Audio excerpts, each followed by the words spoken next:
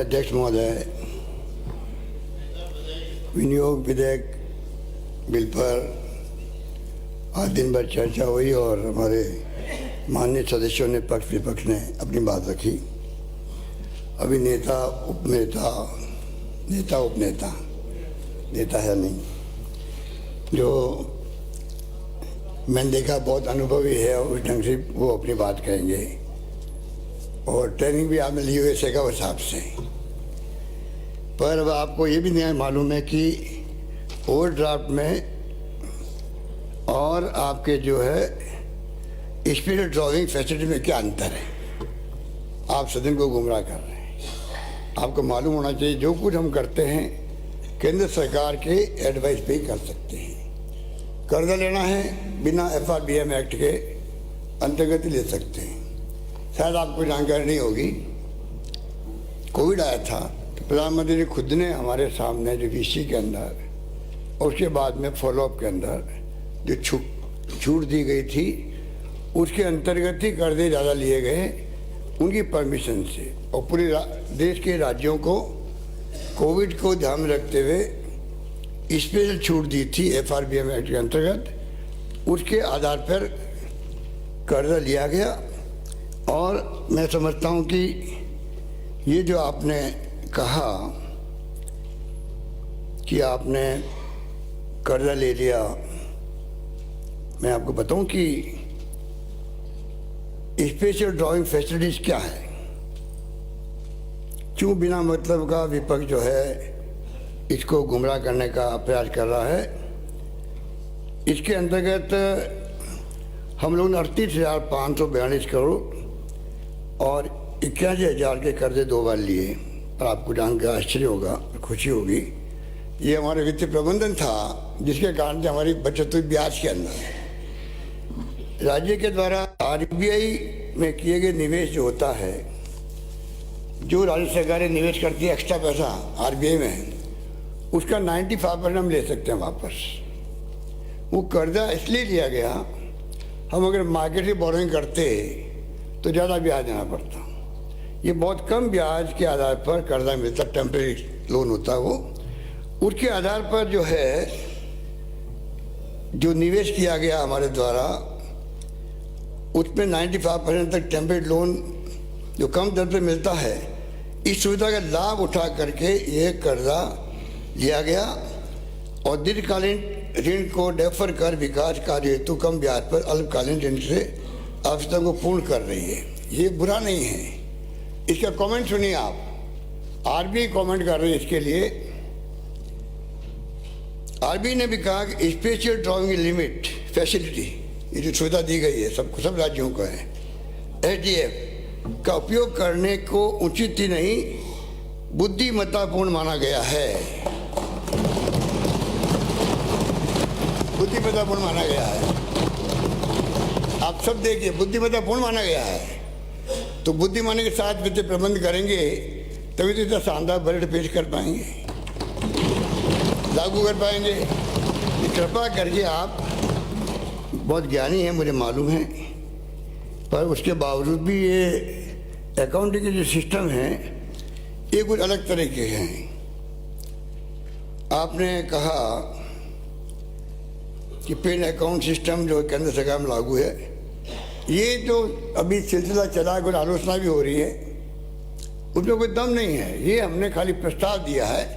प्रस्ताव क्या दिया, जो केंद्र सरकार जो सिस्टम अपना रही है वही सिस्टम IT बेस्ड गवर्नेंस होने लग गई है। अब जरूरत नहीं है पोते पावड़े की लंबे चौड़े, इसलिए जानबूझ करके ये हमने प्रपोजल दिया है, परंतु बिना केंद्र सरकार के अनुमोदन के वो स्वीकृत नहीं हो सकता है।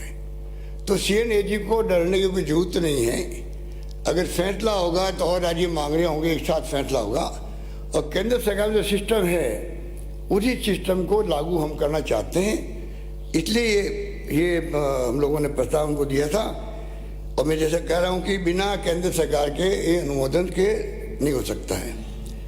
इसलिए ट्रेजरी सिस्टम जो है और पे अकाउंट सिस्टम के बारे में अलग अलग बात है। ट्रेजरी सब जगह हमारी है, इसलिए मैंने कहा कि इस सिस्टम के आधार पर हम लोगों ने इसको प्रपोजल किया है। माननीय अध्यक्ष महोदय, शानदार बजट आया है। मैं उम्मीद करता था कि अब तो ये मेरा वित्त मंत्री के रूप में 10वां बजट था, 10वां बजट है। इतना अनुभव तो मुझे हुआ होगा थोड़ा बहुत तो, कि मैं अपने हिसाब से मेहनत करके किस प्रकार में पानी, बिजली, शिक्षा, स्वास्थ्य, सड़कें और सोशल सिक्योरिटी, इस पर मैं किस प्रकार से अपना कंट्रीब्यूट कर सकूं, मैंने करने का प्रयास किया और प्रदेश की जनता ने उसको अप्रिशिएट किया है। आप करो नहीं करो, आपकी मर्जी है। आप भी प्राइवेटली आप लोग कहीं करते हैं, मुझे मालूम है, पर हो सकता है कि आप लोगों को तकलीफ हो रही हो बोलने में, और वाजिब बात भी है। आप कैसे बोलेंगे, हाउस के अंदर कैसे बोल सकते हैं? पर माननीय अध्यक्ष महोदय, कुछ मैं आपको विशेषताएं बताता हूं जो हमने प्रयास करके अनाउंसमेंट भी किए है। 23-24 में अभी इस बजट में हमने 1018 घोषणा मैंने करी है।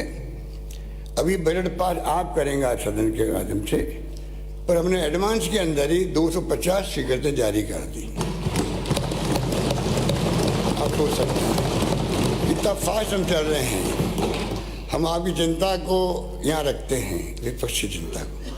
हम कोई दिल्ली की सरकार की तरह नहीं है जो विपक्ष की परवाह नहीं करे। माइक बंद कर देते हैं, बोल देते नहीं हैं। आज तो हद ही कर दी, पूरी प्रोसीडिंग बंद कर दी। इसलिए हम बार बार कहते हैं देश की दिशा में जा रहा है। ये देश कहाँ जाएगा कोई नहीं जानता है। इस लोकतंत्र क्या होगा कोई नहीं जानता। हालात ये है, वो बहस का विषय अभी नहीं, इसलिए मैं नहीं बोलना चाहता, पर हालात बड़े गंभीर है। आप भी और हम भी सब जो है, उद्देश्य हम सबका एक है, इसलिए थोड़ी चिंता आपको भी होनी चाहिए। बहुत हालात स्थिति अच्छी नहीं है। अध्यक्ष महोदय, बजट पेश करने के बाद मैंने तमाम सचिवों को बुला करके मैंने इंस्ट्रक्शन दे दिए। ABC मैंने कैटेगरी बनवा दी, उसी ढंग से फैसले शुरू भी हो गए। घोषणा पत्र में अध्यक्ष महोदय जो वादा किए थे वो 80% वादे मैंने पूरे किए जन घोषणा पत्र के, और 16% प्रगतिरत है। हर बजट की शानदार चर्चाएं देश में भी हुई है, प्रदेश में भी हो रही है। 4 साल बिना टैक्स का बजट पेश किया मैंने, ये 5वां बजट भी बिना टैक्स का है। और कोविड के बावजूद भी हमारी रेवेन्यू कलेक्शन बढ़ रहा, हम अच्छी स्थिति में आ रहे हैं। इसलिए हम कहते हैं राजस्थान मॉडल स्टेट बनने जा रहा है। इसमें आपको भी खुशी होनी चाहिए सब लोगों को। चाहे चिरंजी योजना हो, चाहे 500 रुपये सिलेंडर की बात हो, इंदिरा शहरी रोजगार गारंटी देश में कहीं नहीं है, राजस्थान में लागू की हमने। उड़ान योजना की मैं समझता हूँ कि आपकी भागीदारी भी होनी चाहिए, सबकी होनी चाहिए। आपने शुरू करी थी पहले इसको।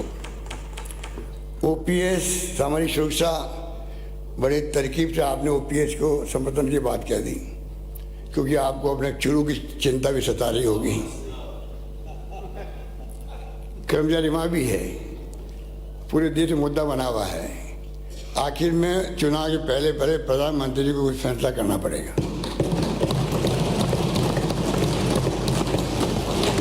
महाराष्ट्र में, कर्नाटका में, हरियाणा के अंदर सब जगह धरने चल रहे हैं। समझ जाओ, ये मानवीय दृष्टिकोण जो हमने फैसला किया है। आप गिनते हो कि बाद में 25 में 30 में क्या होगा, तो 65 साल तक माननीय अध्यक्ष महोदय OPS रही रहा है देश के अंदर। 65 साल में जो सुई नहीं बनती थी, हम बार बार कहते हैं बिजली क्या होती लोग समझते नहीं थे। वहाँ से शुरुआत करी कांग्रेस ने और कहाँ पहुँचा दिया देश को। आज आधुनिक भारत जो है, जिसपे मोदी जी गर्व करते हैं दुनिया में जाकर के, आधुनिक भारत का निर्माता कांग्रेस और कांग्रेस नेता रहे और कोई नहीं रहा है।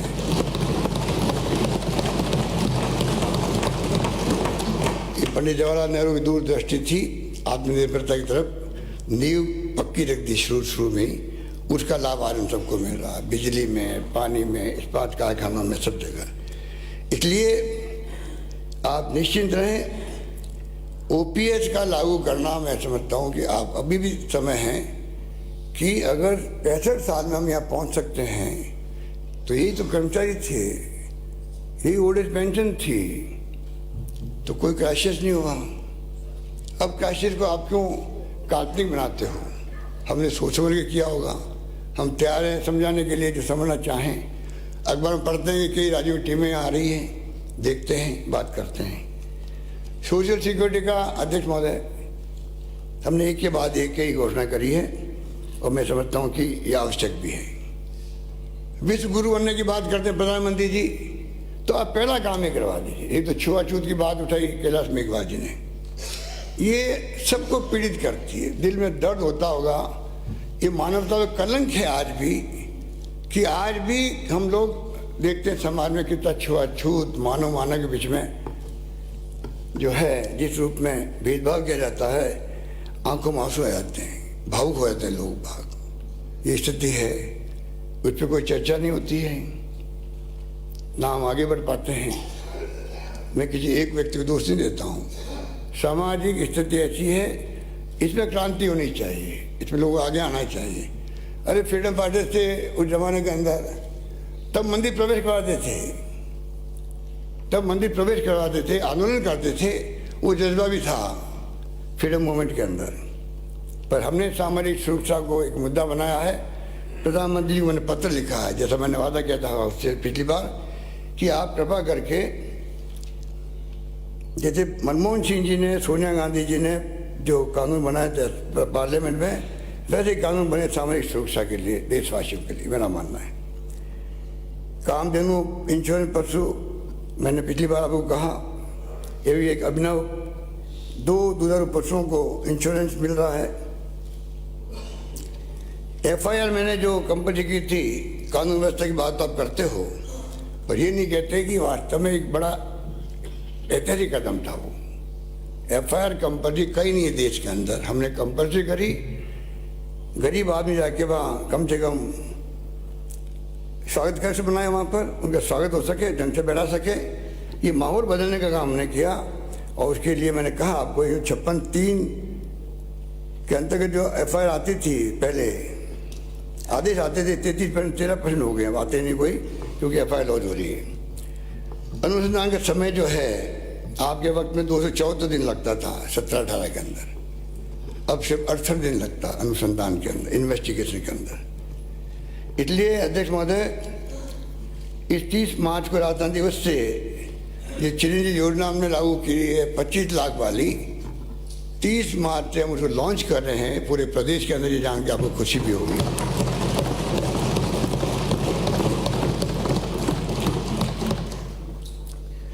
अध्यक्ष महोदय,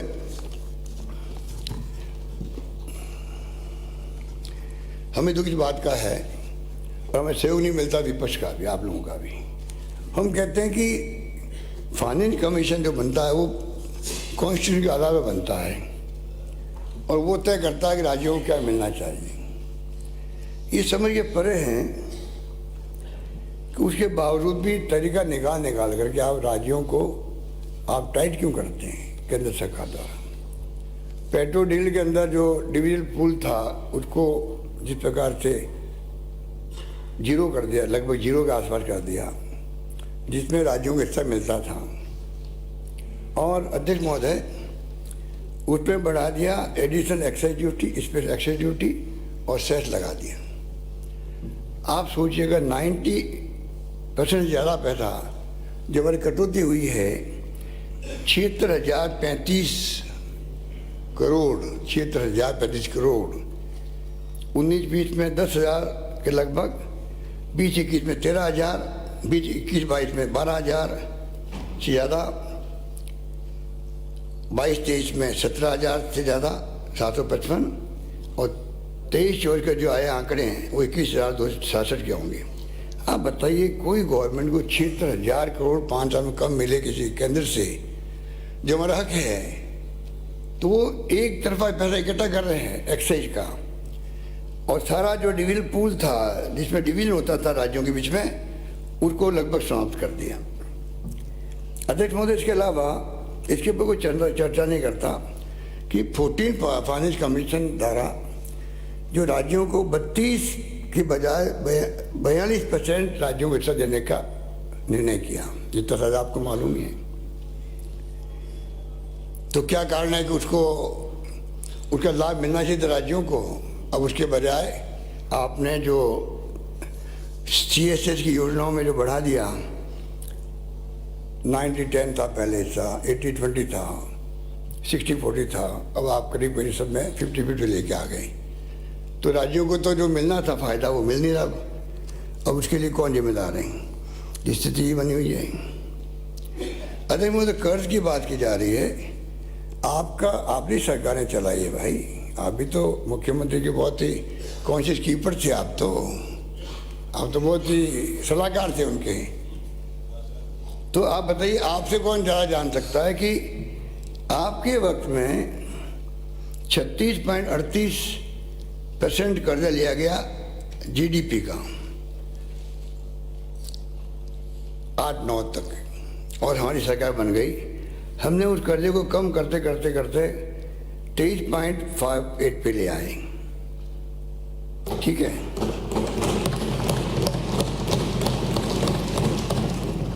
और आप देखिएगा कि आपकी पुनः सरकार आगे 14 के अंदर, फिर आपने क्या किया, इसको 23 से पहले 36.38 था, अब आपने 34.16% बढ़ा दिया, मतलब 50% बढ़ गया कर्जा। हमने जो कर्जा 9-10 से लगा के 12-13 तक लिया, उसका 50% आपने बढ़ा दिया कर्जा 34.16% पे। और वर्तमान सरकार में भी अब हमने 5,000 होने जा रहे हैं। आप देखिएगा हम 36.78 पे रहेंगे, मतलब करीब 10% कर्जा बढ़ेगा आपसे तुलना करें तो कर्जे की बात आपके सामने है। किस प्रकार आपके वक्त में 50% की वृद्धि हुई और हमारे वक्त में 10% की वृद्धि हो रही है, ये आपके सामने। अध्यक्ष महोदय, कैपिटल आउटले की बात कर रहे थे, इंफ्रास्ट्रक्चर की, नेता उपनेता। इसमें मैं कहना चाहूँगा, आपके शासन में 80,629 करोड़ रुपए आपने कैपिटल आउटले रखा 5 साल के अंदर, और हमने इसीलिए सड़कें बन रही, ये सब काम हो रहे हैं कि 1,20,437 करोड़ का आउटले रख रहे हैं हम लोग। कहाँ कमी बता दीजिए, कहाँ कमी कहाँ?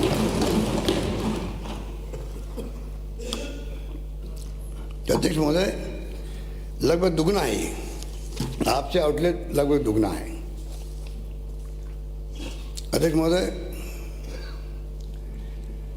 ये मैं पिछले वक्त में मैं बोल चुका हूं कि हमने हर क्षेत्र में जो है, शिक्षा व खेल कला में 74% आपसे ज़्यादा पैसा खर्च किया है, 94,728। स्वास्थ्य और परिवार कल्याण में आपसे 87% ज़्यादा पैसा खर्च किया, 38,926। पानी में स्वच्छता में 35,194 करोड़ खर्च किया ज़्यादा, 48%। सामाजिक सुरक्षा में 103% पैसा खर्च ज़्यादा हुआ आपसे, 53,000 करोड़। और सड़क में उसके अंदर 45% ज़्यादा पैसा खर्च किया। इस प्रकार से आप सोच सकते हैं कि लगभग 2,26,000 करोड़ के लगभग इन पर खर्च हुए हैं। तो कैपिटल आउटले में भी कोई कमी नहीं रखी, और जो इंफ्रास्ट्रक्चर के काम हैं उसमें भी हम लोग आपसे बहुत आगे हैं। अध्यक्ष महोदय, जिस प्रकार से बार बार विरोध कर रहे हैं प्रधानमंत्री जी स्वयं भी और वित्त मंत्री भारत सरकार, यहाँ आकर के बोल के गए कि हम कोई वापस पैसा देने वाले नहीं हैं। वो तो हमने कहा कि हम लड़ेंगे, जरूरत होगी तो सुप्रीम कोर्ट भी जाएंगे, अलग बात है। उसके बावजूद भी OPS रुकने वाली नहीं है, ये मैं कह सकता हूँ आपको।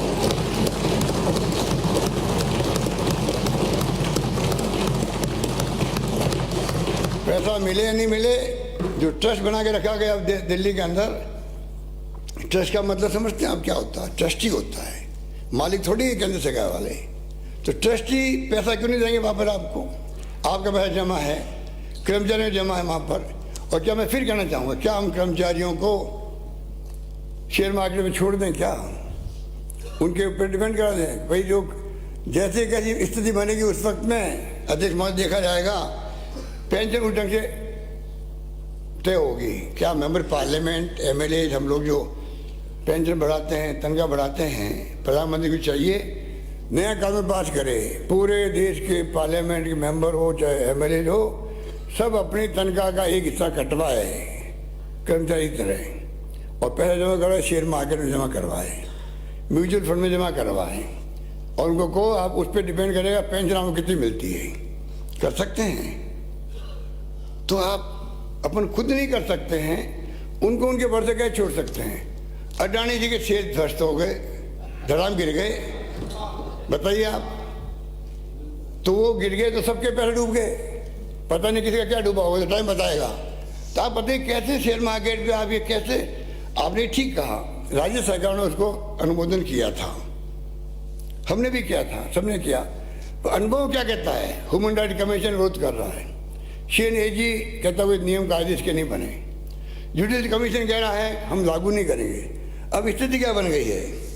स्थिति अध्यक्ष महोदय बन गई है, हाई कोर्ट के जजेस, सुप्रीम कोर्ट जजेस तो लेंगे ओपीएस, लोअर कोर्ट के जजेस जो हैं वो लेंगे एनपीएस, राजस्थान में छोड़ करके। यहाँ तो हमने इंतजाम कर दिया उनके लिए भी। आर्मी, नेवल और air force OPS, BSF, Indo Tibetan police, ये सभी जितनी पैरामिलिट्री है एनपीएस। क्या मतलब भाई, ये भेदभाव क्यों हो रहा? फिर सबको एक साथ देते मालूम पड़ता आपको? तो ये जो मैं जो बार बार बोलता हूँ, ये मेरी पीड़ा भी है कि हमारे खिलाफ बहुत आर्टिकल आ रहे हैं ओपीएस को लेके। तो मैं कहना चाहूँगा कि इसका जवाब दे कि आज तक देश चला है ओपीएस के माध्यम से, अब क्यों नहीं वित्तीय प्रबंधन हो सकता है? क्यों नहीं हम लोग इस पर विचार करें और ओपीएस लागू करें पूरे देश के अंदर? अध्यक्ष महोदय, हम लोगों ने कहा था हम युवाओं को समर्पित करेंगे बजट को, उसके लिए अध्यक्ष महोदय हमने कोई कमी नहीं रखी। नौकरियाँ दी हम लोगों ने, करीब 1,45,000 नौकरी लग चुकी है, 1.25 लाख तो चल रहा है।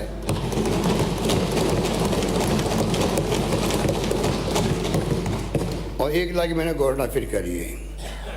तो एक के बाद एक जो हमने स्टूडेंट के लिए अभी रफ़ी जी जो एमएलए साहब कह रहे थे कि 500 स्टूडेंट को हम फॉरेन यूनिवर्सिटीज़ में भेज रहे हैं, फॉरेन कंट्रीज के अंदर, बड़ा फैसला है। इसके पीछे ये भी मंशा है कि राजस्थान के नौजवान जाएंगे अगर दुनिया के मुल्कों के अंदर, अगर अमीर लोग जा सकते हैं, उनको चांस मिलेगा, तो मानव संसाधन जो है राजस्थान के लोग हासिल करेंगे। इस बात को लेकर हम लोगों ने इतना बड़ा फैसला किया है। इस प्रकार से कई हमने कदम उठाए, वो मैंने मेरे बजट स्पीच में आ चुके हैं, मैं वहाँ पर रिपीट नहीं करना चाहता।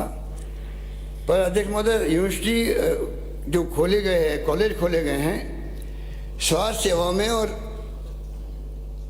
एजुकेशन के अंदर, जिस प्रकार राजस्थान जंप किया है उस पर हम सबको गर्व होना चाहिए। 2018 के अंदर तक मतलब 250 कॉलेज थी और 47 कॉलेज गर्ल्स की थी। इन 5 सालों में अभी हाल ही में मैंने बजट और घोषणा की है, कुल मिलाकर के 250 तो थी 75 साल में, और ये हैं 282 कॉलेज से 5 साल के अंदर।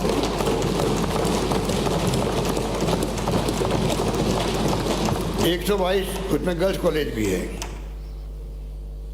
12 कॉलेज थी, कृषि कॉलेज थी 19 तक। आज हम लोगों ने देख रहे हैं कि 4 साल में 42 कॉलेज खोल दी है, और साथ इस बजट में मैंने घोषणा करी है 49 हो जाएगी।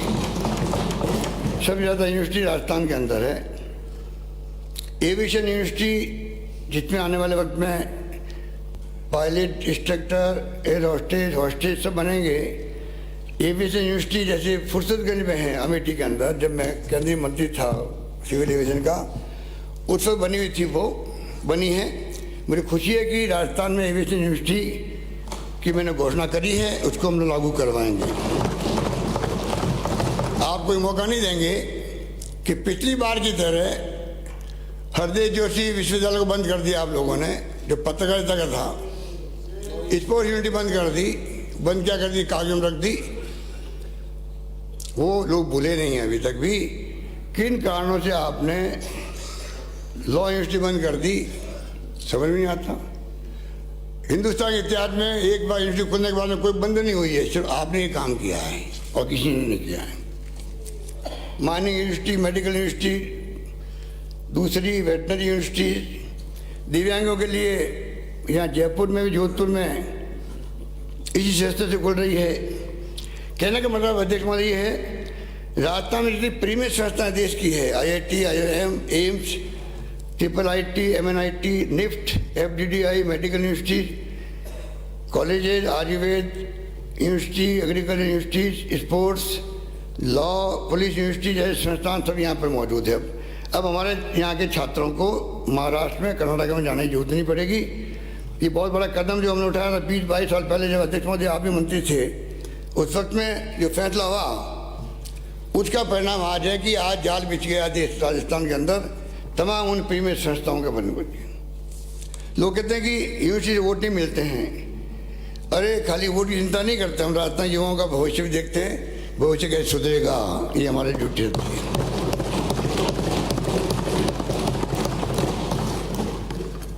अध्यक्ष महोदय, ERCP के बारे में कितनी बार कहलाएंगे आप, क्योंकि आप लोग आपका कमिटमेंट ही नहीं है। सरकार आपकी, आपने बनाई योजना, उसकी आलोचना आप कर रहे हो।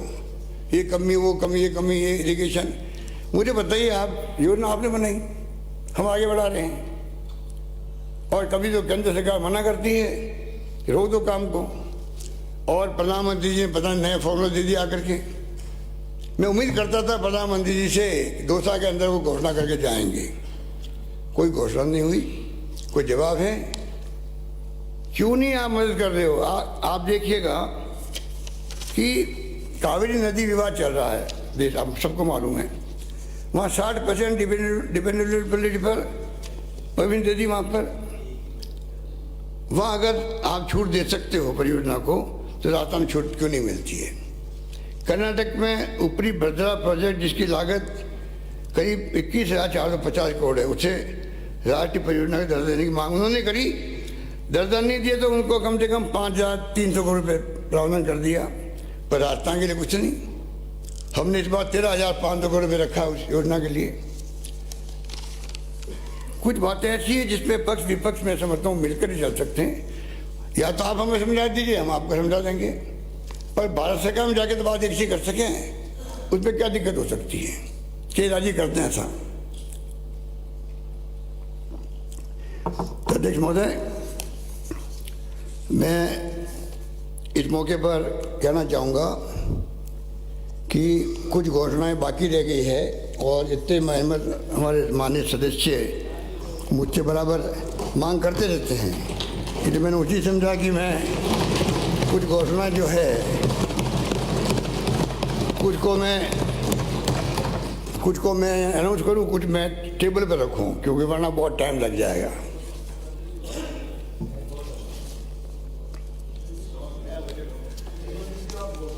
अध्यक्ष महोदय, आप तो कह चुके हो, चाह रहा था आप गांधीवादी हो, ये सड़कों वाला जो मामला है इसके अंदर आप हमारे लोगों को जो आपने सड़कें दी 10-10 करोड़ की, आज उसको भी कह दो सारे मेंबर सामान। आप मैं आपको एक वादा करता हूँ, हम आपकी परंपरा को कायम रखेंगे, हम आपकी परंपरा को कायम रखेंगे। हम आ रहे हैं तो आपकी परंपरा को कायम रखेंगे, हम रखेंगे कायम आपकी परंपरा को। गांधीवादी नहीं हो आप, गांधीवादी नहीं हो, गांधीवादी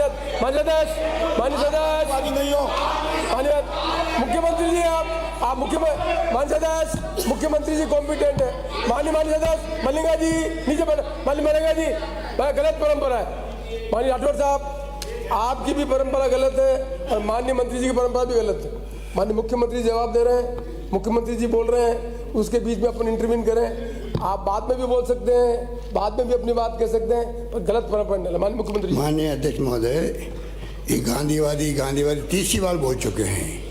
गांधीवादी लोग शराब छुड़वाते हैं, क्या मेरी बात आप मानने को तैयार है क्या?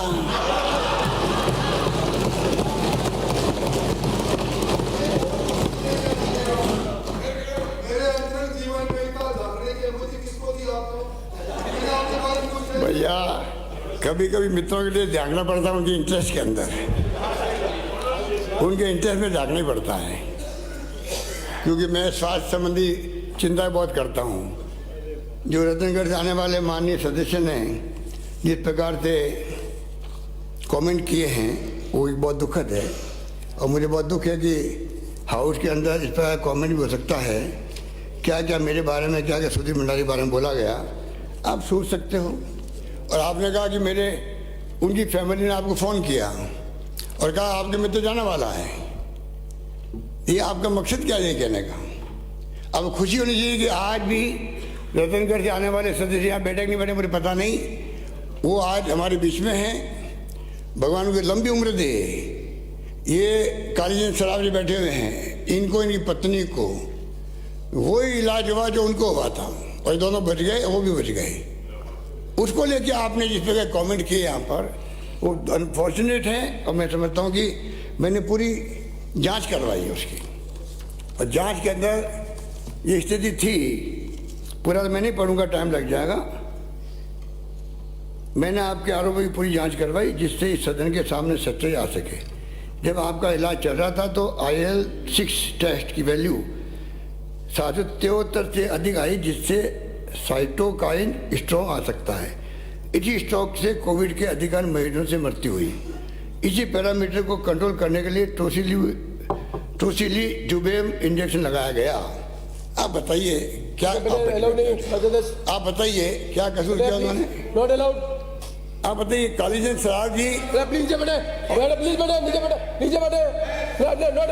Rathod, I will not allow it. Mr. Rathod, no, he's on leg.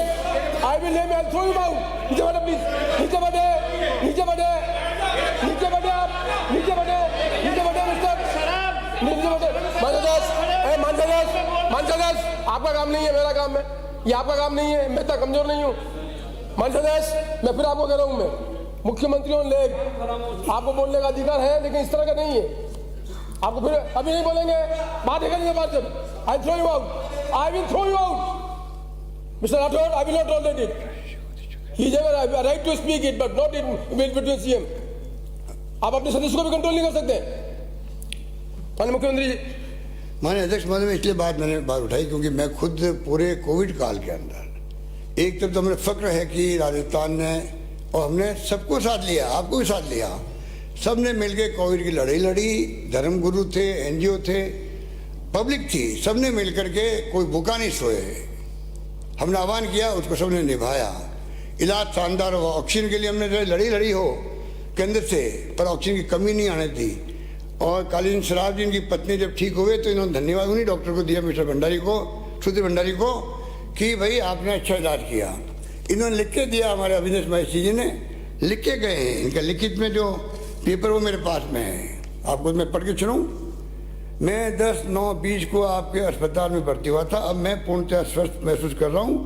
हालांकि मेरी कोविड-19 की रिपोर्ट अभी नेगेटिव नहीं आई है, जिसके लिए आज दिनांक 23 सितंबर 20 को पुनः सैंपल भिजवा रहे हैं। मैं 14 दिन मेरे घर पर अलग से क्वारंटाइन में रहूँगा, तो किसी के संपर्क में नहीं आऊँगा। मैं छुट्टी लेकर घर जाना चाहता हूँ, इसलिए मुझे छुट्टी देने का कष्ट करें। Jaipur address 243 Guru Jambheshwar Nagar, A lane number 7, Gandhi पथ, वैशाली नगर, जयपुर। अब बताइए, ये इनके हस्ताक्षर है।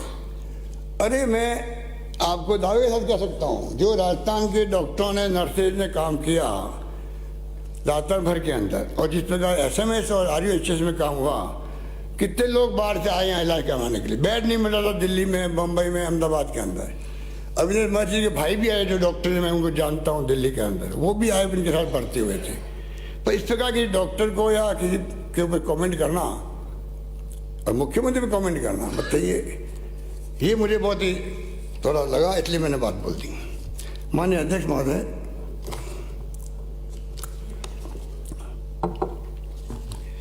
तेईस 10 जनवरी 23 को प्रस्तुत बजट तथा दिनांक 16 फरवरी 23 को बजट बहस के जवाब में की गई घोषणाओं के माध्यम से, जहां हमने अल्प आय वर्ग के साथ ही मध्यम वर्ग को भी महंगाई से राहत देने का प्रयास किया, वहीं युवाओं के लिए रोजगार के अवसर तथा प्रदेश की चौमुखी विकास के लिए आधारभूत ढांचे को सुदृढ़ करने का कार्य भी किया।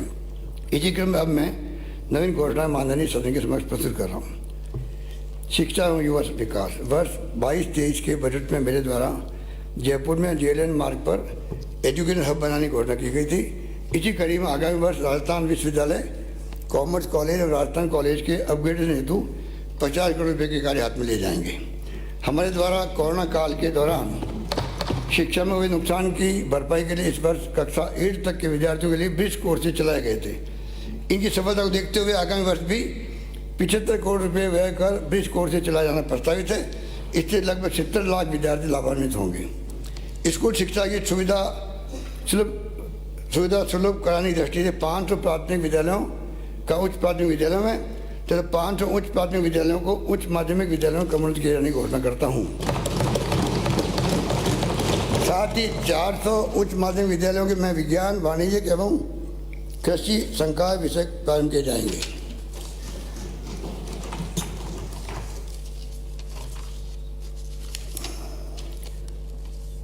माननीय अध्यक्ष महोदय, प्रदेश में शिक्षण सुविधा विस्तार हेतु विभिन्न विद्यालय छात्रावास IIT कॉलेज आना विद्यालय महाविद्यालय के क्रमोन्नत नवीन विषय संकाय प्रारंभ करने के साथ साथ अन्य सुविधाएं का विस्तार किया जाएगा, जिनका विवरण सदन के पटल पर रख रहा हूँ।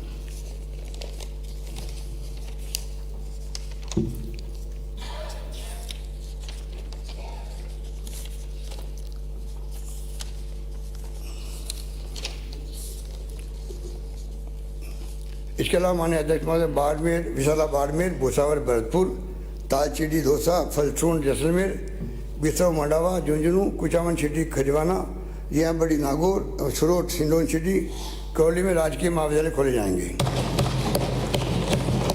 शाहबाद, किशनगंज, बारा, समदड़ी, बाड़मेर, बज्जू, कोलाद, बीकानेर, सारेड़ा, दौसा, आमेर, जयपुर, जालामन, लूणी, जैसला, घंटियाली, जोधपुर एवं पाली में राजकीय कन्या महाविद्यालय खोले जाने प्रस्तावित है। नारेडा, दूदू, जयपुर में शास्त्रीय संस्कृत महाविद्यालय एवं नावाद, नागौर, दौसा एवं चित्तौड़गढ़ में विधि महाविद्यालय खोले जाएंगे। प्रदेश के पंजीकृत मदरसों में अध्ययन अध्यापन सुविधाओं का विस्तार करने की दृष्टि से शिक्षा विभाग की तर्ज पर प्रति विद्यार्थी 2 सेट निःशुल्क यूनिफॉर्म उपलब्ध कराना प्रस्तावित है। इस पर लगभग 15 करोड़ रुपये का व्यय कर 2 लाख से अधिक विद्यार्थियों को लाभान्वित किया जाएगा। शिक्षा अनुदेशक मदरसा पैरा टीचर्स के 6,843 पदों पर भर्ती किए जाने की घोषणा करता हूँ। राज्य में युवाओं विद्यार्थियों के सर्वांगीण विकास में NCC की महत्वपूर्ण भूमिका को ध्यान रखते हुए NCC ग्रुप मुख्यालय जोधपुर में प्रशिक्षण अकादमी की स्थापना की जाएगी। इस पर 15 करोड़ रुपये का व्यय होगा। युवाओं को खेलों की रुझान बढ़ाने तथा खेल प्रतिभाओं को प्रोत्साहन करने के लिए हमारे द्वारा राजीव गांधी ग्रामीण और शहरी ओलंपिक का आयोजन किया जा रहा है। इस प्रकार पंचायत से राज्य स्तर पर होने वाली खेल गतिविधियों को सुचारू रूप से संपादित करने के लिए संभाग स्तर पर खेल प्रबंधक तथा जिला स्तर पर सहायक खेल प्रबंधक के नवीन पदों का सृजन किया जाना प्रस्तावित है। चूरू व पाली में 10 करोड़ रुपये की लागत से स्पोर्ट्स स्कूल स्थापित किए जाएंगे। खेल प्रतिभाओं को समुचित प्रोत्साहन देने के लिए उठाए गए कदमों की कड़ी में खेल अकादमी, स्टेडियम, इंडोर हॉल आदि के निर्माण विकास कार्य कराए जाएंगे, जिसका विवरण सदन के पटल पर प्रस्तुत कर रहा हूं।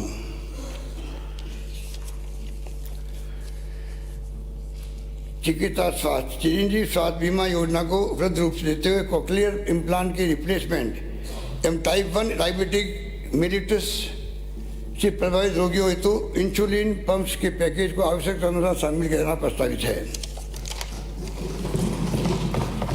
प्रदेश के राजकीय चिकित्सा संस्थाओं के माध्यम से मुख्यमंत्री निःशुल्क निरोगी राजस्थान योजना के अंतर्गत विभिन्न दवाओं की उपलब्धता को समयबद्ध रूप से सुनिश्चित करने की दिशा में एक और कदम उठाते हुए राजस्थान ड्रग्स एवं फार्मास्यूटिकल लिमिटेड कंपनी को राजकीय कंपनी के रूप में पुनर्जीवित किए जाने की घोषणा करता हूँ।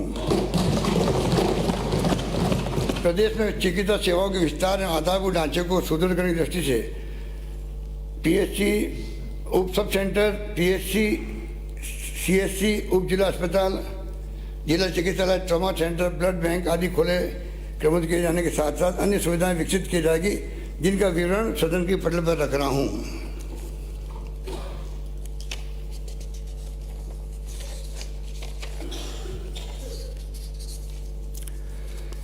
सभी मानसिक चिकित्सालय महाविद्यालय जयपुर में चिकित्सा सुविधाओं के विस्तार हेतु स्ट्रोक इंटरवेंशन लैब स्थापित की जाएगी।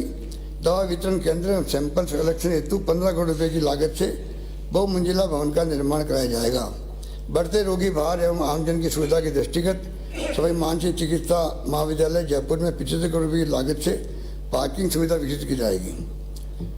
सड़क सुरक्षा की दृष्टि से राज्य सरकार द्वारा मान्यता प्राप्त वाहन चालन प्रशिक्षण केंद्रों स्कूलों के निर्धारण प्रशिक्षण वाहनों को मोटर वाहन कर से मुक्त किया जाएगा। सोशल सिक्योरिटी विशेष योगीजन की आवश्यकताओं के दृष्टिगत प्रतिष्ठित एनजीओ के माध्यम से प्रत्येक संभाग मुख्यालय पर मानसिक विमंदित महिलाओं हेतु पुनर्वास गृह संचालित करने तथा प्रत्येक जिले में राजकीय मानसिक विमंदित मूक बधिर नेत्रहीन श्रेणी के विशेष योगीजन विद्यालय खोले जाने प्रस्तावित करता हूँ। 80% से अधिक दिव्यांगता वाले व्यक्तियों के पक्ष में निष्पादित सभी प्रकार के विलेखों पर स्टैम्प ड्यूटी निःशुल्क किया जाना प्रस्तावित है। साथ ही ट्रांसजेंडर व्यक्तियों के पक्ष में अचल संपत्ति के दस्तावेजों पर भी स्टैम्प ड्यूटी निःशुल्क की जाएगी। प्रदेश में महिलाओं को आवश्यक सुविधा उपलब्ध कराने के लिए आगामी वर्ष प्रथम चरण के रूप में नगरीय क्षेत्रों के बाजारों एवं पब्लिक प्लेसेस पर महिलाओं के लिए सुलभ संस्था के माध्यम से 500 स्थानों पर टॉयलेट बनाए जाने के साथ ही 5000 से अधिक आबादी वाले ग्रामीण कस्बों में भी महिलाओं के लिए टॉयलेट एवं स्नानघर कॉम्प्लेक्स का निर्माण किया जाना प्रस्तावित है। इस पर लगभग 100 करोड़ रुपए का व्यय होगा। 1 नवंबर 62 से विभिन्न युद्धों एवं ऑपरेशन में पदकों से अलंकृत प्रदेश के शूरवीरों को देह सुविधाओं में विसंगतियों को दूर किए जाने के साथ ही कोस्ट गार्ड तटरक्षक मेडल से अलंकृत सैनिकों के लिए भी आवश्यक प्रदान किए जाएंगे। साथ ही नगी श्री कर्णपुर श्री गंगानगर में भारत पाक सीमा पर स्थित वार मेमोरियल सेंटर में विकास कार्य कराए जाएंगे। इंदिरा गांधी शहरी क्रेडिट कार्ड योजना के अंतर्गत प्राप्त ऑनलाइन आवेदनों को ध्यान में रखते हुए पात्रता की अधिकतम आयु सीमा को 40 वर्ष से बढ़ाकर 60 वर्ष करने तथा योजना की अवधि को 31 मार्च 2024 तक बढ़ाए जाने की घोषणा करता हूँ। प्रदेश के विभिन्न क्षेत्रों में सड़क पुल व आरओबी आदि के निर्माण एवं उन्नयन कार्य 2600 करोड़ रुपये से अधिक की लागत से कराए जाएंगे जाने प्रस्तावित इसकी सूची में सदन के पटल पर रख रहा हूँ।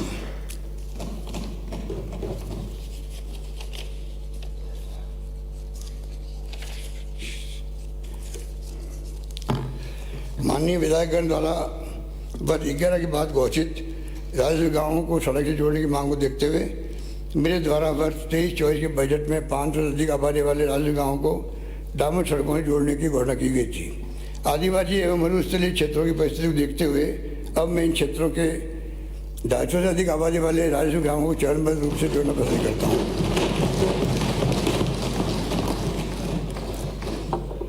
आमजन की सुविधाओं को बढ़ावा देने के उद्देश्य से राज्य सरकार के अधीन संचालित विभिन्न टोल सड़कों पर टोल कलेक्शन हेतु फास्टैग टैग सुविधा लागू किया जाना प्रस्तावित है। इस पर 48 करोड़ रुपए का व्यय होगा। किशनगढ़ अजमेर की हवाई पट्टी के विस्तार में पहाड़ी क्षेत्र के कारण उत्पन्न बाधा को दूर कर कमर्शियल एयरपोर्ट के रूप में स्थापित करने हेतु DPR बनाई जाएगी। आमजन को और अधिक राहत पहुंचाने के उद्देश्य से आगामी वर्ष माह अप्रैल से प्रसन्न गाँवों के संघ तथा प्रसन्न शहरों के संघ अभियान चलाया जाना प्रस्तावित है। इसी अभियान में शिविरों के माध्यम से विभिन्न योजनाओं के पात्र लाभान्वितों बेनिफिशियरी के रजिस्ट्रेशन का कार्य भी किया जाएगा, जिससे कोई पात्र व्यक्ति परिवार परियोजनाओं का लाभ लेने से वंचित नहीं रह जाए। इसी के साथ इन अभियानों में विभिन्न विभागों से संबंधित पूर्व में किए जाने वाले कार्यों के साथ ही अधिक राहत दी जाएगी, जिनका विवरण मैं सदन के पटल पर रख रहा हूँ।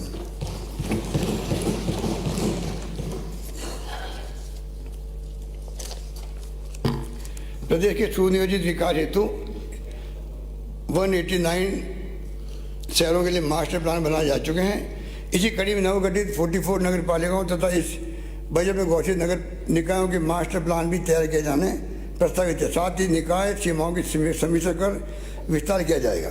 सरकारी सामुदायिक परिसंपत्तियों भूमियों को अतिक्रमण से सुरक्षित रखने के लिए MLA-लेड योजना में बाउंड्री वाल के साथ साथ तारबंदी को भी अनुमति करना प्रस्तावित करता हूँ। अमृत 2.0 योजना के अंतर्गत राज्य के 29 शहरों में सीवरेज के कार्य कराए जाएंगे। इसे तो 4700 करोड़ रुपए की परियोजनाओं के आगारी हाथ में लिए जाएंगे। जयपुर हेरिटेज क्षेत्र की पुरानी एवं जीर्ण सीवरेज लाइनों को बदलने का कार्य कराया जाना प्रस्तावित है। इस पर 296 करोड़ रुपए व्यय होंगे। प्रदेश में सीवरेज व ड्रेनेज संबंधी विभिन्न कार्य कराए जाएंगे, जिनकी सूची सदन के पटल पर रख रहा हूँ। 34 डोल तालाब 12 का सौंदर्यीकरण एवं विकास कार्यों हेतु 50 करोड़ रुपये व्यय किए जाएंगे। साथ ही श्री गलता पीठ जयपुर में वर्षा जल संचय कर कानोता बांध तक ले जाने एवं कियारा बांध की मरम्मत पुनर्निर्माण हेतु डीपीआर बनाई जाएगी।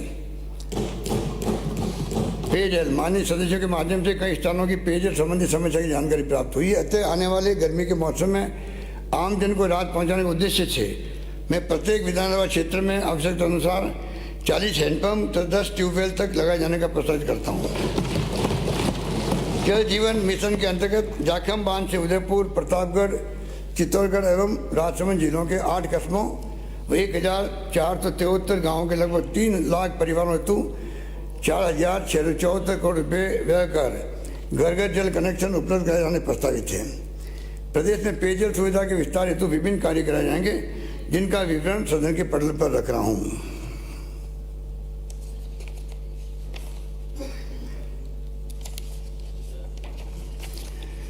वर्तमान समय में डिजिटल के साथ साथ ई कॉमर्स का भी पहचान तेजी से बढ़ रहा है। अतः इन सेक्टर्स के विकास की दृष्टि से राजस्थान रिटेल पॉलिसी तथा राजस्थान ई कॉमर्स पॉलिसी लाई जाएगी। प्रदेश में विशेष योग्यजन, एकल महिला एवं अन्य वंचित वर्ग को रोजगार के अवसर प्रदान करने के लिए रिटेल सेक्टर्स में प्रतिष्ठित प्राइवेट पार्टनर के माध्यम से 1000 फ्रेंचाइजीज खोली जाएगी। इस हेतु चयनित व्यक्तियों को ट्रेनिंग कराने के साथ ही प्रति फ्रेंचाइज 1 लाख रुपये का अनुदान दिया जाना प्रस्तावित करता हूँ। राज्य में खनिज बजरी के अवैध खनन पर प्रभावी नियंत्रण एवं आमजन को सस्ती बजरी उपलब्ध कराने के लिए चयनित स्थानों पर नदियों में 100 हेक्टेयर आकार तक के प्लाट बनाकर पिट माउथ पर न्यूनतम विक्रय मूल्य पर बजरी उपलब्ध कराने वाले निवेदक दाताओं को खनन पट्टे आवंटित किया जाना प्रस्तावित है। बाढ़ में स्थित पेट्रो जोन के औद्योगिक विकास को समयबद्ध रूप से सुनिश्चित करने हेतु इसे रिप्स 2022 के अंतर्गत एरिया कैटेगरी 2 से परिवर्तन कर एरिया कैटेगरी 3 में सम्मिलित किया जाना प्रस्तावित है। रिप्स 22 के अंतर्गत नवीन निवेश हेतु चूंकि 50 करोड़ रुपए के न्यूनतम निवेश की आवश्यकता है, तदनुरूप किसी उद्यम के 50 करोड़ रुपए के अतिरिक्त निवेश की स्थिति में भी योजना के अंतर्गत विस्तार हेतु परिलाभ दिया जाना प्रस्तावित है। कोटा, जोधपुर, भरतपुर, बीकानेर संभाग में कत्तीन व बुनकरों को प्रशिक्षित करने के लिए शुरू किए गए ट्रेनिंग सेंटर्स में खादी ग्रामोद्योग संबंधी प्रशिक्षण भी प्रारंभ किया जाना प्रस्तावित है। प्रदेश में ईज ऑफ डूइंग बिजनेस की दिशा में एक और कदम बढ़ाते हुए अग्नि शमन अनापत्ति पत्र एनओसी की प्रक्रिया के सरलीकरण के साथ साथ शुल्क को डिजिटल करते हुए ऑटोमेटेड स्वीकृति जारी करना ज़्यादा प्रस्तावित है। साथ ही सिनेमा लाइसेंस एवं नवीनीकरण प्रक्रिया का आधुनिक आवश्यकताओं के अनुरूप सरलीकरण किया जाएगा। प्रदेश में 31 मार्च 19 के पश्चात प्रधानमंत्री शहर बिजली हर घर सौभाग्य योजना समाप्त होने के उपरांत लगभग 2 लाख परिवार घरेलू विद्युत कनेक्शन से वंचित रह गए थे। हमारे द्वारा लगातार केंद्र सरकार से इन परिवारों हेतु CSS के योजना अंतर्गत प्रावधान करने का आग्रह किया जाता रहा है, किंतु अभी तक केंद्र सरकार द्वारा हमारे आग्रह को पूर्णतः स्वीकार नहीं किया गया। अतः अब मैं आगामी 2 वर्षों में इन सभी वंचित 2 लाख परिवारों को लगभग 1000 करोड़ की लागत से घरेलू कनेक्शन उपलब्ध कराने की घोषणा करता हूँ।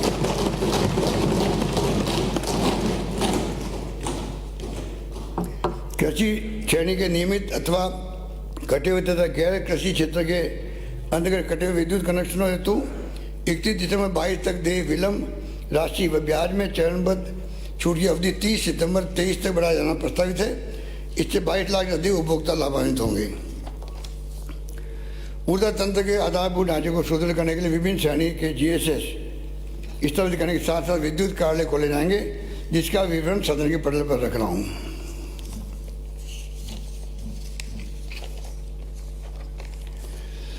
वन क्षेत्रों में विभिन्न गतिविधियों, पौधारोपण तथा वन्य जीवों की देखभाल से संबंधित कार्य हाथ में लिए जाएंगे, जिसका विवरण मैं सदन के पटल पर रख रहा हूँ। पर्यटन, कला और संस्कृति। जयपुर स्थित गोविंद देव जी के मंदिर में संपूर्ण प्रदेशवासियों की असीम आस्था है।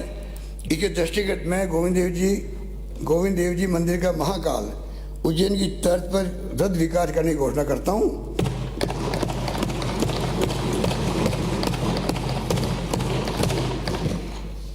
प्रथम प्रथम आगामी वर्ष इस हेतु 100 करोड़ रुपये का प्रावधान प्रस्तावित है। साथ ही तीर्थराज पुष्कर के समग्र विकास हेतु पुष्कर विकास प्राधिकरण के गठन की घोषणा करता हूँ। प्रदेश में आने वाले पर्यटकों की सुविधा के लिए राजस्थान स्मार्ट टूरिस्ट पास प्रारंभ किए जाएंगे। इस पास के द्वारा सिटी ट्रांसपोर्ट एवं रोडवेज की बसों में यात्रा के साथ साथ समस्त पर्यटन स्थलों व स्मारकों में प्रवेश की सुविधा हैसल फ्री उपलब्ध हो सकेगी। पर्यटन को बढ़ावा दिए जाने की दृष्टि से टूर ऑपरेटर्स एसोसिएशन से मान्यता प्राप्त टूर ऑपरेटर्स द्वारा संचालित वातानुकूलित पर्यटक लग्जरी कोचों को मोटर वाहन कर से मुक्त किया जाना प्रस्तावित है। सामलिया से चित्तौड़गढ़ में जल जीवनी एकादशी मेले को भी 50% बस किराया छूट योजना में शामिल किया जाएगा। बेनेस धाम डूंगरपुर के समग्र विकास की कार्य योजना तैयार करते हुए आगामी वर्ष 100 करोड़ रुपये की लागत से विकास कार्य किया जाना प्रस्तावित है। धार्मिक विकास पर्यटन विकास की दृष्टि से विभिन्न पर्यटक स्थलों के जीर्णोद्धार उन्नयन संबंधी कार्य कराए जाएंगे, जिनका विवरण सदन के पटल पर रख रहा हूँ।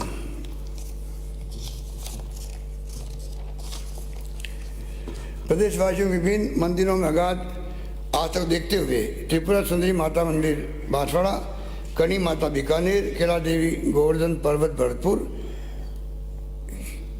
सालासर चूरू, सांवलिया सेठ चित्तौड़गढ़, मेहंदीपुर बालाजी करौली, खोले के हनुमान जी संगमवरी माता सांबर जयपुर, रामदेवरा तनोट माता मंदिर जैसलमेर, श्रीनाथ जी नाथद्वारा राजसमंद,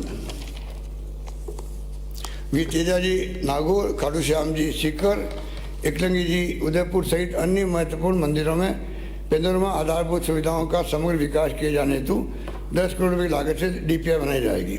अजमेर में पतिराज, बीकानेर में साहब विकाजी, आश्विन भीलवाड़ा में बगड़ावत सवाई भोज, शाहपुर भीलवाड़ा में केसी सिंह बारट, चित्तौड़गढ़ में पन्ना राय, दौलपुरा चित्तौड़गढ़ में अमराजी भगत, जयपुर में महात्मा ज्योतिबा फुले व शिवदासपुरा, जयपुर में स्वामी आत्माराम जी लक्ष्य, जोधपुर महर्षि नवल स्वामी, जालोर में वीरम देव कान्हर देव चौहान, गोविंदा उदयपुर में राणा पूंजा, पोखरण जैसलमेर में इंदिरा माँ शक्ति भारत एवं करौली में कैला देवी के 15वां मनाए जाएंगे। देवस्थान विभाग के अधीन 593 मंदिरों में पोशाक रंग रोगन एवं मरम्मत आदि कार्य कराए जाएंगे। साथ ही राज्य के प्रत्यक्ष प्रभार मंदिरों के अंशकालीन पुजारियों के मानदेय में वृद्धि कर एक समान 5,000 रुपये प्रतिमाह किया जाएगा। लोक कला मंडल उदयपुर के उन्नयन की डीपीआई बनाई जाएगी। साथ ही कला एवं मार्बल नगरी किशनगढ़ अजमेर में आर्ट गैलरी तो साइंस पार्क नवलगढ़ झुंझुनू में डिस्प्ले इंफ्रास्ट्रक्चर विकसित किया जाएगा। मौलाना अबुल कलाम आज़ाद अरबी फारसी शोध संस्थान टोंक में पब्लिकेशन कम म्यूजियम ब्लॉक का निर्माण किया जाएगा। कृषि व समन क्षेत्र में साइट स्पेसिफिक न्यूट्रिएंट मैनेजमेंट एवं फलदार पौधों की जल मांग की सटीक जानकारी के लिए 10,000 किसानों को new generation technology auto sensors एवं फर्टिगेशन के प्रयोग के लिए अनुदान दिया जाएगा। इसके अतिरिक्त 10,000 किसानों को उठी हुई क्यारी बनाने हेतु रिच बेड प्लांटर यंत्र भी अनुदानित दर पर उपलब्ध कराए जाएंगे। इस हेतु 50 करोड़ रुपये का व्यय प्रस्तावित है। प्रदेश में कृषकों की आय बढ़ाने एवं नॉन एग्रीकल्चर सीजन में आय के विकल्प प्रदान करने के लिए ट्रैक्टरों के व्यावसायिक पंजीयन पर लगने वाले एक बारी शुल्क को 6,000 से घटाकर 500 रुपये किया जाना प्रस्तावित है। साथ ही नियमित fitness certificate fees, inspection fees व ग्रीन टैक्स को 2,300 से घटाकर 200 रुपये किया जाना प्रस्तावित है। कृषि मंडियों में देय कृषक कल्याण शुल्क पर मौजूदा 50% की छूट को 31 मार्च 24 तक के लिए बढ़ाया जाना प्रस्तावित है। साथ ही समस्त कृषि मंडियों में व्यापारियों की सुविधा के लिए व्यापार भवन हेतु डीएलसी की 25% दर पर भूमि उपलब्ध कराई जाएगी। गंगापुर भीलवाड़ा एवं गोविंदा उदयपुर में कृषि महाविद्यालय खोले जाएंगे। चांदन जैसलमेर मावाड़ा जाएंगे। पाली में मिनी फूड पार्क विकसित किए जाएंगे। बेगू चित्तौड़गढ़ में सब्जी फूल मंडी तथा सावर अजमेर मंटेला पिलानी झुंझुनू साडोली रामगढ़ अलवर बागोर मांडल भीलवाड़ा व जम्बारामगढ़ जयपुर में कृषि उपज मंडी खोली जाएगी। साथ ही गौण कृषि उपज मंडी लोहावट जोधपुर को कृषि उपज मंडी में कन्वर्ट किया जाएगा। प्रदेश में पंजीकृत 3,636 गौशालाओं में पेयजल हेतु आवश्यकता अनुसार 3 फेज ट्यूबवेल स्थापित किए जाएंगे। इस हेतु आगामी वर्ष लगभग 75 करोड़ रुपये व्यय होंगे।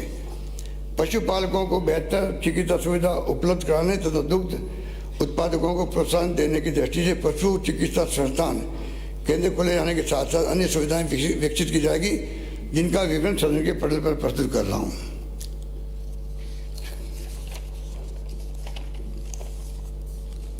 आगामी 3 वर्षों में Dholpur community lift irrigation scheme के अंतर्गत धौलपुर राजाखेड़ा व सेपू के 28,800 हेक्टेयर नहरी क्षेत्र को सूक्ष्म सिंचाई के तहत शामिल किया जाएगा। इससे 15,000 किसान लाभान्वित होंगे। मेरे द्वारा 16 फरवरी 2023 को प्रदेश में 100 एनीकटों के निर्माण जीर्णोद्धार व 100 नहरी तंत्रों के जीर्णोद्धार हेतु 400 करोड़ रुपए के कार्य प्रारंभ किए जाने की घोषणा की गई थी। इस क्रम में माननीय सदस्यगण प्रदेश के किसान भाइयों की ओर से कार्य की महत्ता को देखते हुए और अधिक प्रस्ताव प्राप्त हो रहे हैं। अतः मैं एनीकटों के निर्माण जीर्णोद्धार व नहरी तंत्र के जीर्णोद्धार हेतु निर्धारित की गई 400 करोड़ रुपये की राशि को बढ़ाकर 800 करोड़ रुपये करने की घोषणा करता हूँ।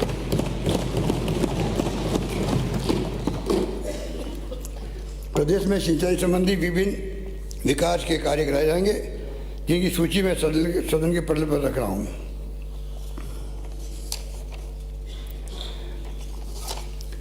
बारह जिले की परवनबद्ध सिंचाई परियोजना में अट्टू के 17, अंता के 10 और मांगरोल 10 वंचित गांवों को शामिल करने हेतु रिपेयर बनाई जाएगी।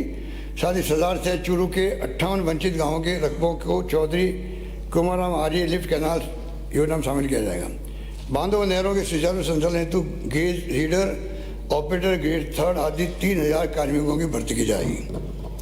कानून व्यवस्था प्रदेश में आपराधिक गैंग्स की गतिविधियां तथा पड़ोसी राज्यों से अपराधियों के आवागमन पर नियंत्रण की दृष्टि से हम राजस्थान संगठित अपराध का नियंत्रण कानून ला रहे हैं। इसी क्रम में क्षेत्र में प्रभावी कार्रवाई सुनिश्चित करने की दृष्टि से 3 अतिरिक्त कमांडो प्लाटून की स्वीकृति करना प्रस्तावित करता हूँ।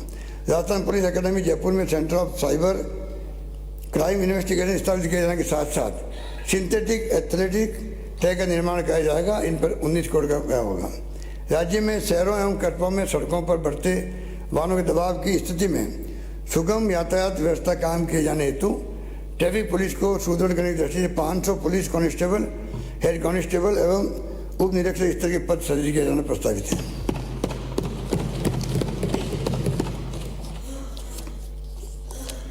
प्रदेश की कानून व्यवस्था तथा न्याय प्रणाली को और अधिक सुदृढ़ करने हेतु पुलिस कार्यालय व न्यायालय खोले जाने के साथ साथ विभिन्न सुविधाएं विकसित की जाएगी, जिसका विवरण मैं सदन के पटल पर रख रहा हूँ।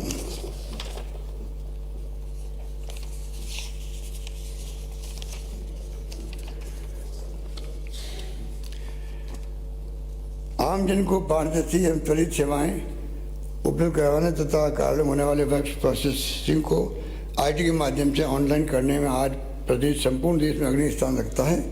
विभिन्न विभागों से संबंधित IT सॉफ्टवेयर का लाभ दूरस्थ क्षेत्रों में निवास करने वाले प्रदेशवासियों को मिल सके, इस हेतु मैंने ग्राम विकास अधिकारी, पटवारी, तहसीलदार विकास अधिकारी से लेकर जिला प्रमुख, कलेक्टर आदि तक टैबलेट देने का निर्णय किया था। अब इसी क्रम में विभिन्न विभागों के वरिष्ठ प्रशासनिक अधिकारियों, न्यायिक अधिकारियों तथा जिला स्तरीय एवं क्षेत्रीय अधिकारियों को राजकीय कार्यों दायित्वों को बेहतर निष्पादन हेतु लैपटॉप, टैबलेट दिया जाना प्रस्तावित करता हूँ।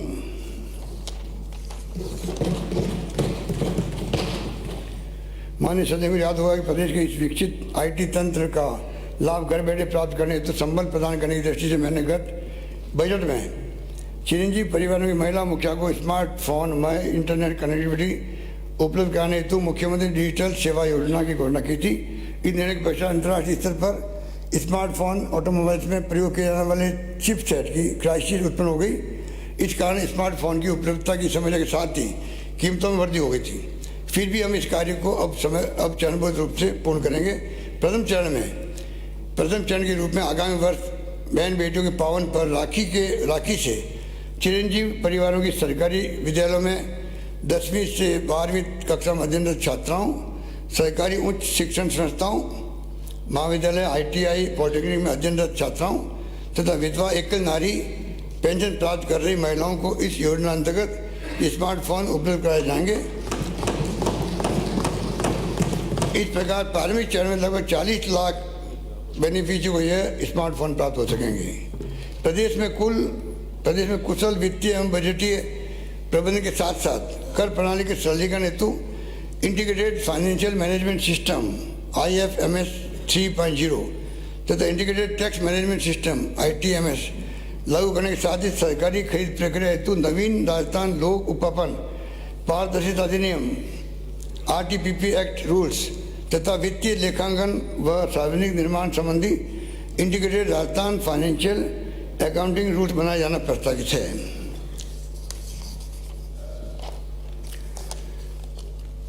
हमारे द्वारा IFMS के माध्यम से प्रक्रिया को सरलीकरण करते हुए कार्मिकों और पेंशनर को भी अपने GPF खाते का पर पूरा नियंत्रण, पेंशन स्वीकृति के लिए सर्विस बुक की बाध्यता समाप्त करना एवं सैलरी पेंशन का ऑटो पेमेंट जैसे नवाचार कर राहत दी गई है।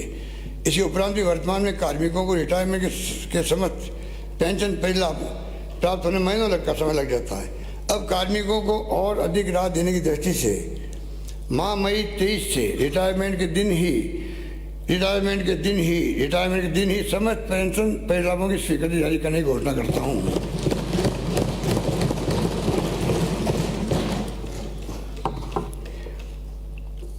हमने राजकीय कार्मिकों को सेवानिवृत्ति उपरांत सुरक्षा उपलब्ध करवाने की दृष्टि से सभी के लिए OPS लागू करने का प्रावधान किया। माननीय सदस्य को विदित होगा कि प्रदेश में 80 वर्ष से अधिक आयु के पेंशनर को पेंशन राशि में वृद्धि का लाभ प्राप्त होता है। आयु बढ़ने के साथ ही अतिरिक्त वित्तीय सुरक्षा की आवश्यकताओं को ध्यान रखते हुए अब मैं 75 वर्ष से अधिक आयु के पेंशनर को पेंशन राशि में बेसिक पर 10% अतिरिक्त अलाउंस उपलब्ध कराने की घोषणा करता हूँ। राज्य के कार्मिकों को उनके द्वारा सातवें वेतनमान में वेतन निर्धारण हेतु दिए गए विकल्प के कारण वेतन में हो रही हानि को देखते हुए नियमों में पुनः विकल्प दिया जाना प्रस्तावित करता हूँ। इससे उनके वेतन में वृद्धि हो सकेगी। कार्मिक अपनी जरूरतों की पूर्ति के लिए प्रतिमाह मिलने वाले वेतन पर निर्भर रहते हैं। आकस्मिक आवश्यकता होने पर भी कार्मिकों को वेतन लाभ मिले, इसके लिए अनुपातिक आधार पर माह के बीच में भी अग्रिम वेतन आहरण एडवांस सैलरी विड्रॉल की सुविधा उपलब्ध कराने की घोषणा करता हूँ। राजकीय कार्मिकों को खेलों के क्षेत्र में प्रोत्साहित करने की दृष्टि से अंतर्राष्ट्रीय एवं राष्ट्रीय स्तर की खेल प्रतियोगिताओं में उत्कृष्ट प्रदर्शन करने वाले कार्मिकों को स्पेशल अलाउंस इंक्रीमेंट दिया जाना प्रस्तावित है। कार्मिकों द्वारा अपने कर्तव्यों के निर्वहन के लिए स्वयं की दक्षता में वृद्धि सतत रूप से किया जाना अत्यावश्यक है। इस दृष्टि से प्रदेश के apex capacity building institute Harishchandra Mathur Rajasthan लोक प्रशासन संस्थान के यूनियन के साथ ही संस्थान के अंतर्गत सिविल सर्विस ऑफिसर्स इंस्टीट्यूट की स्थापना के लिए 25 करोड़ रुपये का प्रावधान किया जाना प्रस्तावित है। राज्य के कार्मिकों की सुविधा के दृष्टिगत में Rajasthan civil service appellate tribunal की स्थायी पीठ जोधपुर में भी खोलने की घोषणा करता हूँ। प्रदेश में प्रशासनिक इकाइयों के विस्तार एवं सुदृढ़ीकरण हेतु प्रशासनिक इकाइयों कार्यालय खोले व क्रमबद्ध किए जाएंगे, जिसका विवरण सदन के पटल पर रख रहा हूँ।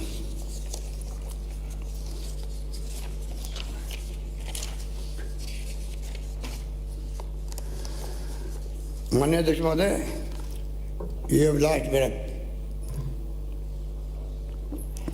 ये पहला अपना में बहुत महत्व रखता है, क्योंकि मैंने कहा था कि अध्यक्ष महोदय मैंने कहा था कि हमारे माननीय सदस्य मुझसे मांगते मांगते थक जाएंगे, मैं देते नहीं थकूँगा।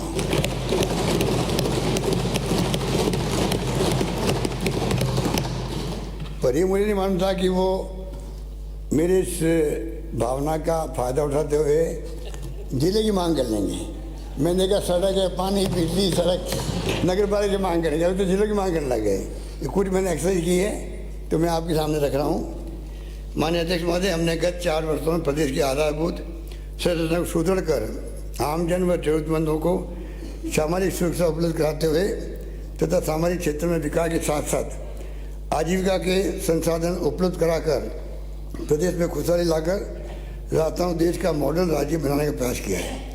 प्रदेश में संवेदनशील, जवाबदेही एवं पारदर्शी प्रशासन देना हमारी प्रतिबद्धता है। हमारे द्वारा जन घोषणाओं एवं बजट घोषणाओं के माध्यम से एक के बाद एक लोक कल्याणकारी योजनाएं लागू की गई है। ऐसी स्थिति में राज्य सरकार की समस्त योजनाओं का लाभ ढाणी ढाणी मगड़े मगड़े में बसे जरूरतमंद परिवारों तक भी पहुँचे, इसके लिए जिला स्तर पर पूर्ण संवेदनशीलता के साथ कार्य करना आवश्यक है। राजस्थान भौगोलिक दृष्टि से माननीय अध्यक्ष महोदय, देश का सबसे बड़ा राज्य होने के कारण हमारे कई जिले ऐसे हैं जहाँ जिला मुख्यालय की दूरस्थ कोने से दूरी 100 किलोमीटर से भी अधिक है और इस कारण आमजन को कठिनाइयों का सामना करना पड़ता है। इसके साथ ही कई जिलों की जनसंख्या भी अत्यधिक होने के कारण प्रशासन का हर परिवार तक पहुंचना बहुत कठिन होता है। जिला अपेक्षाकृत छोटा होने से प्रशासन व प्रबंधन व कानून व्यवस्था पर निगरानी नियंत्रण सहज व सुगम हो जाता है।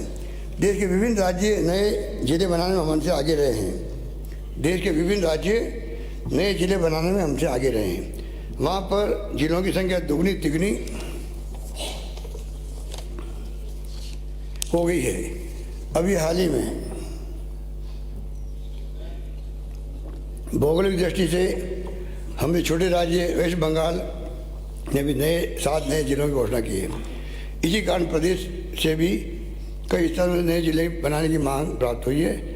हमने इन प्रस्तावों के विस्तृत अध्ययन करने के लिए उच्च स्तरीय कमेटी गठन किया था, जिसकी अंतिम रिपोर्ट प्राप्त हो गई है। इस विषय में प्राप्त समस्त प्रस्तावों पर प्रदेश की वर्तमान प्रशासनिक इकाइयों की संरचना का विस्तृत अध्ययन एवं विवेचना के उपरांत अब मैं प्रदेश में नए जिले बनाने की घोषणा करता हूँ।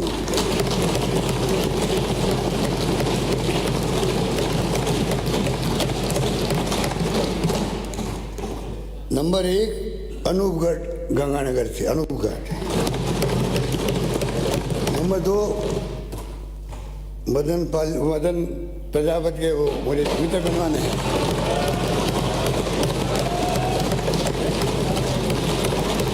अरे आप भी बजाओ भाई, उनको चप्पल तो पहनवाओ। चप्पल तो नहीं पहनाने गए तो इसमें आप साथ दो। ये जिले कोई माननीय अध्यक्ष महोदय, जिले कोई एक पक्ष के थोड़ी हैं, सबका जिला भाई। जिलों में सबकी ताली एक साथ बननी चाहिए, तब मजा आएगा जिले बनाने का भी। अनूपगढ़ बालोतरा हो गया 2, ब्यावर 3,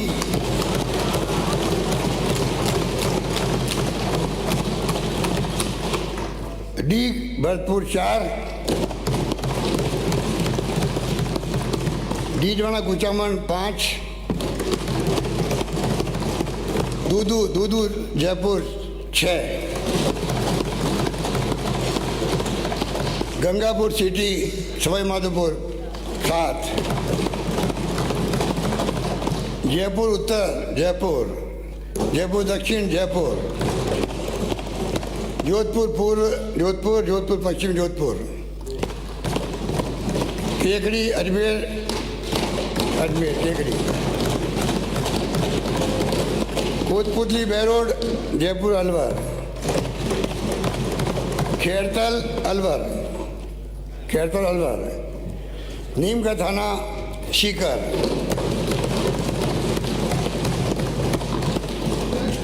फलोदी जोधपुर। कहाँ गए? सलूम्बर उदयपुर, शांचोर जालोर और कैलाश मेघवाल जी शाहपुरा भीलवाड़ा। इस प्रकार 19 नए जिले बनाने के कारण प्रदेश में कुल 50 जिले हैं।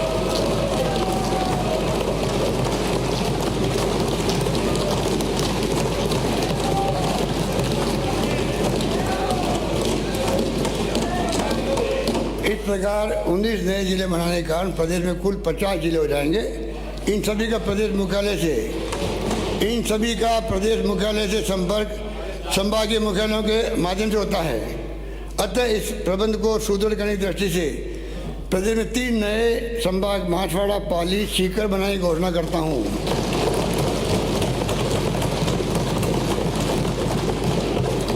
इन नवीन प्रशासनिक इकाइयों जिला एवं संभागीय मुख्यालयों को अविलंब धरातल पर उतारने के लिए सुदृढ़ आधारभूत ढांचा मानव संसाधन उपलब्ध कराने के लिए प्रथम चरण में 2000 करोड़ रुपये का व्यय करना प्रस्तावित है। माननीय अध्यक्ष महोदय, इसी शब्दों के साथ मैं अपनी बात समाप्त करता हूँ। धन्यवाद।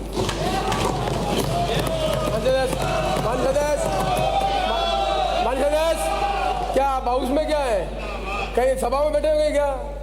कोई विधानसभा और पब्लिक मीटिंग में कोई अंतर है?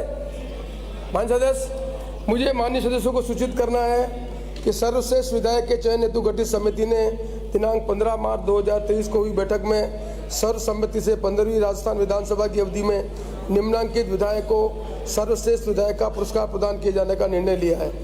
अमीन खां 2022, श्रीमती अनीता बदेल 2023। माननीय सदस्य को 20 तारीख को माननीय विधायकों को हम सम्मानित करेंगे 20 तारीख को। माननीय मुख्यमंत्री जी, प्रश्न यह है कि राजस्थान विनियोग संख्या 2 विधेयक 2023 को पारित किया जाए। जो पक्ष में वहां गए, तो विपक्ष में ना गए, हाँ पक्ष जीता, हाँ पक्ष जीता। राजस्थान विनियोग संख्या 2 विधेयक 2023 को पारित किया गया। राजस्थान वित्त विधेयक 2023। प्रश्न है कि राजस्थान वित्त विधेयक 2023 को पारित किया जाए। जो पक्ष में वहां गए, तो विपक्ष में ना गए, हाँ पक्ष जीता, हाँ पक्ष जीता। राजस्थान वित्त विधेयक 2023 को पारित किया गया। सदन की बैठक सोमवार दिनांक 20 मार्च 2023 के प्रातः 11 बजे तक के लिए स्थगित की जाती है।